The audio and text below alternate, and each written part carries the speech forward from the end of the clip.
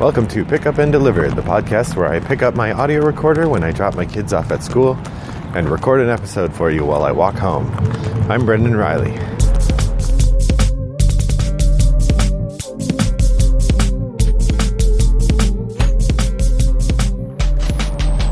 Good morning, friends. It's Friday, March 23rd, and I'm pleased to be podcasting at you from a lovely sunny morning here in suburban Chicago. It's still chilly out, but it feels like we're rounding the corner on this second wave of winter, and hopefully it'll be warming back up as the day goes along. It's a shorter episode today because I'm on my way back from dropping my kids off at school rather than the train, so I have a couple blocks fewer to talk with you.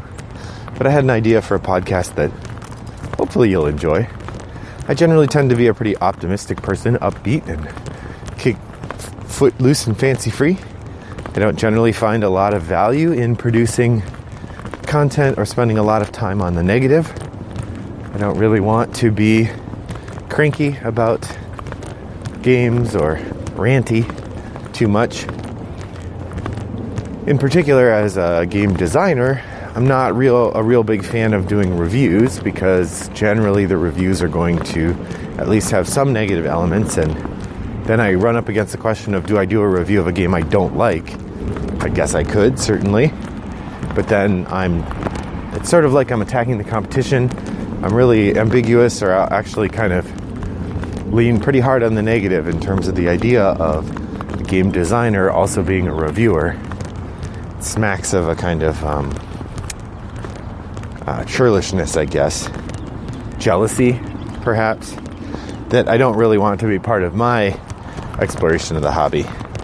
I don't intend to throw shade on anybody else, designers who are also reviewers. That's fine with me. I don't have a problem with it. Everybody engages in their own way. That's just the place that I am.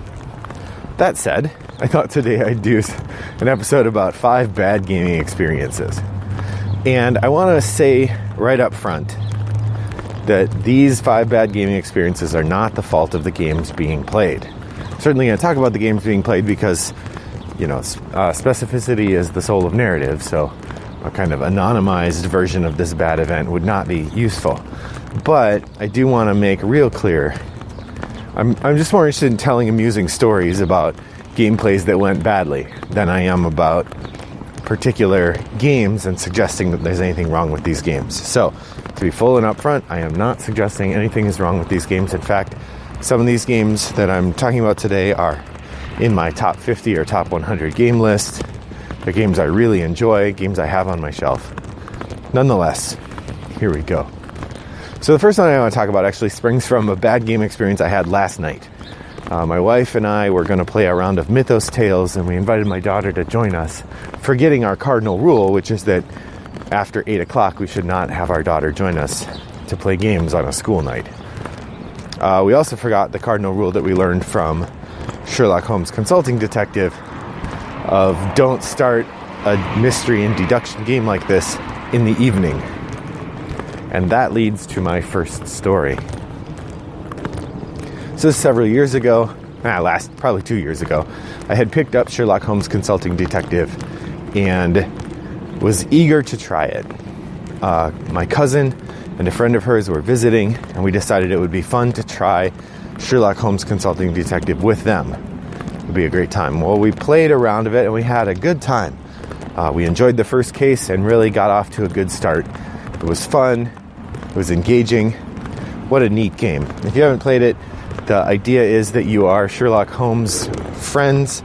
You're trying to solve a mystery that he's already solved, but he's sort of testing you to see how quickly you can do it. So you go around, you ask questions to people. There's a map of London, there's a phone book, there's this clue book, and basically what you do is you visit locations and read what you find there, and the quality of your investigation depends on how much of the mystery you solve and how many of the locations you visited before you call it a day. Mythos Tales, by the way, works the same way. It's just instead of sort of bog standard Sherlock Holmes type stories, it's H.P. Lovecraft inspired creepy stories. We, having had a successful run of Sherlock Holmes, we decided we wanted to play it again. So like a week or two later with some other friends, we decided we want to try Sherlock Holmes again. But we decided to play it as the second or maybe third game in a game day / game evening, and we don't start it until maybe 8 o'clock, maybe 8:30. And boy, does it go terribly wrong. We miss some essential bits of deduction. We visit all the wrong locations, and we just get shellacked. We do very poorly. We're all tired by the end.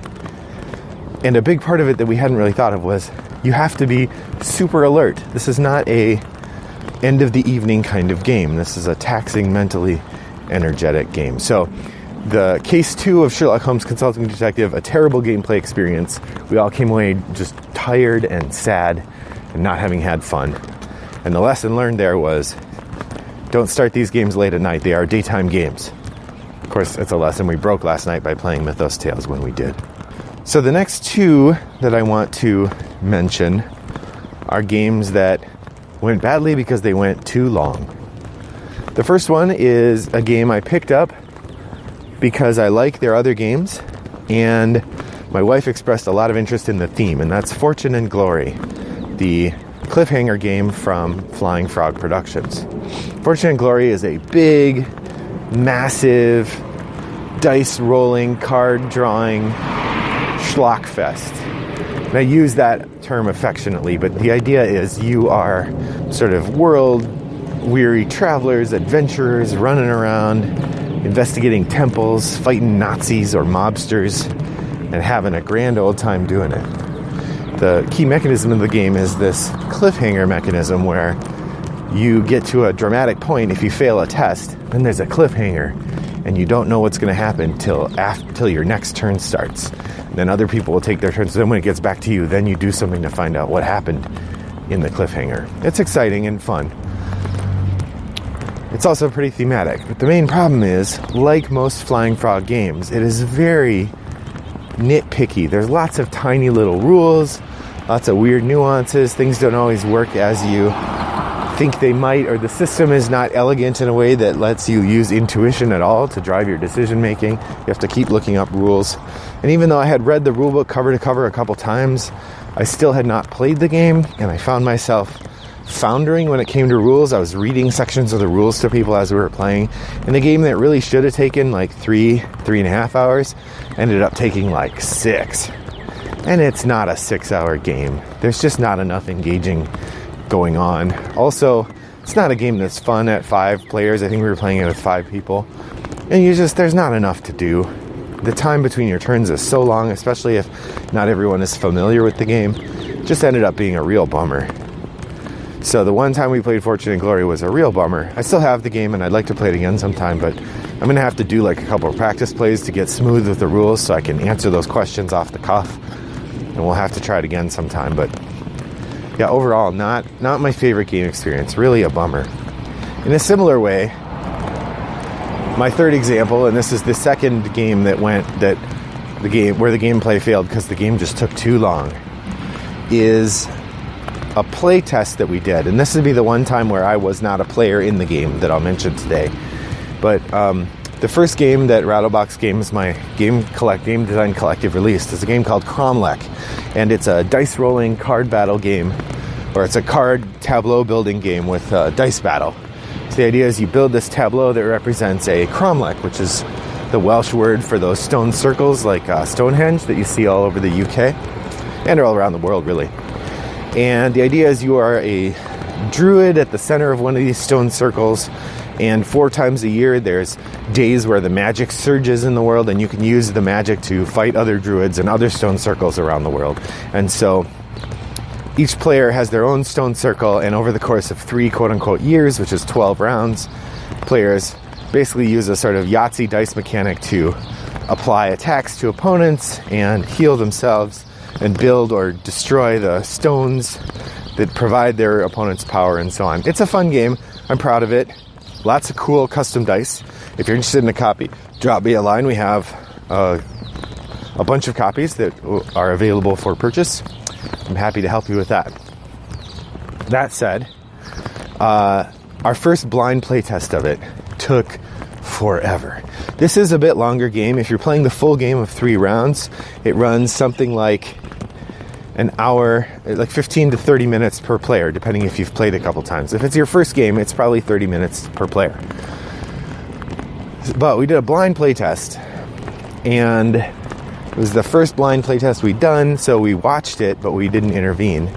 And although I'd done my best with the rule book, writing rules is very hard, and the game has a number of difficult concepts that you have to kind of grasp. There's some drafting, there's some tableau building that's not like other things I've really seen before, and the group that was doing the playtesting, I think it took them 5 hours to play it.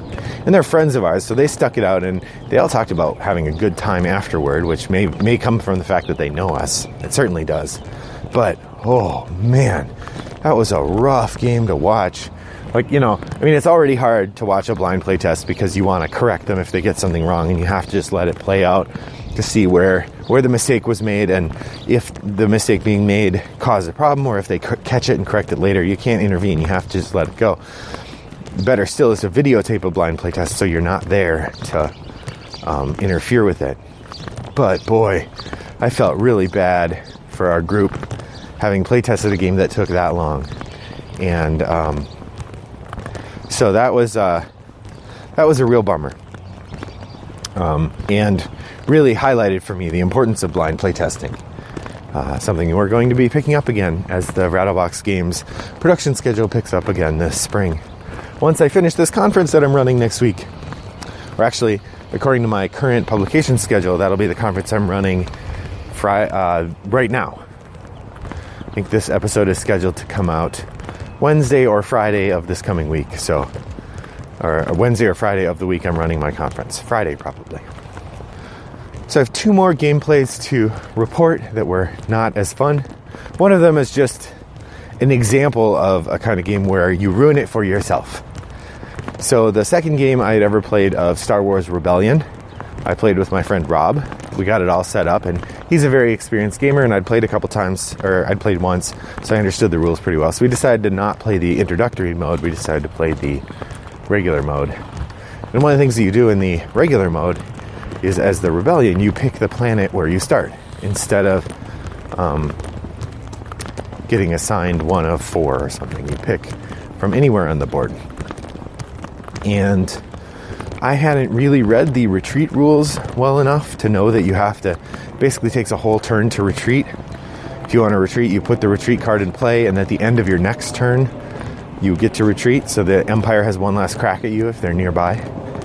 And I picked a planet right behind Coruscant, sort of hoping that Rob would expand out into the galaxy, assuming that I'd never be dumb enough to pick a planet so close. And instead he sent a probe to the planet I was on as his first action. So then he just came and showed up. The game took like a half an hour. It took longer to set up and explain than it did to play. That was really embarrassing and not real fun. I mean, we laughed about it. It was pretty funny.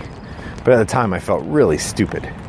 We've had another time like that, too. We were playing a game of Betrayal at the House on the Hill, and I wasn't really thinking through the end conditions. We knew what the end condition was, but I wasn't thinking through it. And so I basically lost the game to the traitor because I was dumb. And that, if you're thinking about ways that games end up not being fun, it's when you burn yourself. That is a real rough one. It's hard, as salty as I get when someone turns on me and messes up my game. It's way worse when I mess up my own game. So Star Wars Rebellion, my fourth report of a bad gameplay. The last one I want to share is, I guess, the parenting lesson. It's the other side of the don't let kids stay up late playing games. And this would be careful what games you let your kids play with each other. For some reason, my son has a very soft spot or an affectionate spot in his heart for Small World. But Small World it can be a really mean game. And we have had a number of gameplays where we're trying to decide what game to play. My son says, let's play Small World. And we're like, okay, we get it out.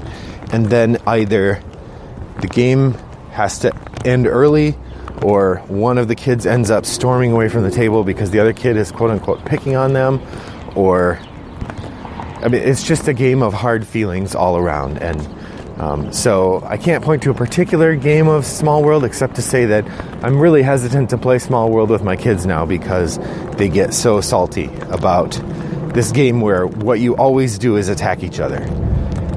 And that makes me sad because I think it's a fun game and clearly they like it. But yeah, it ends up being a rough game.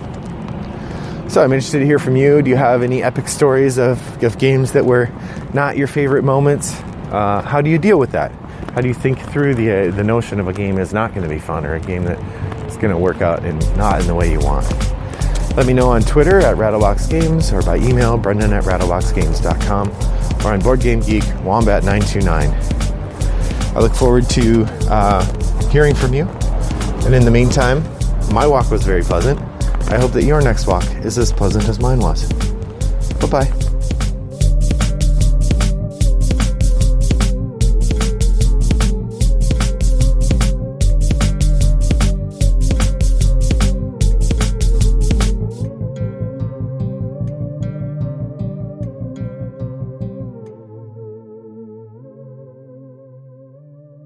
Brought to you by Rattlebox Games.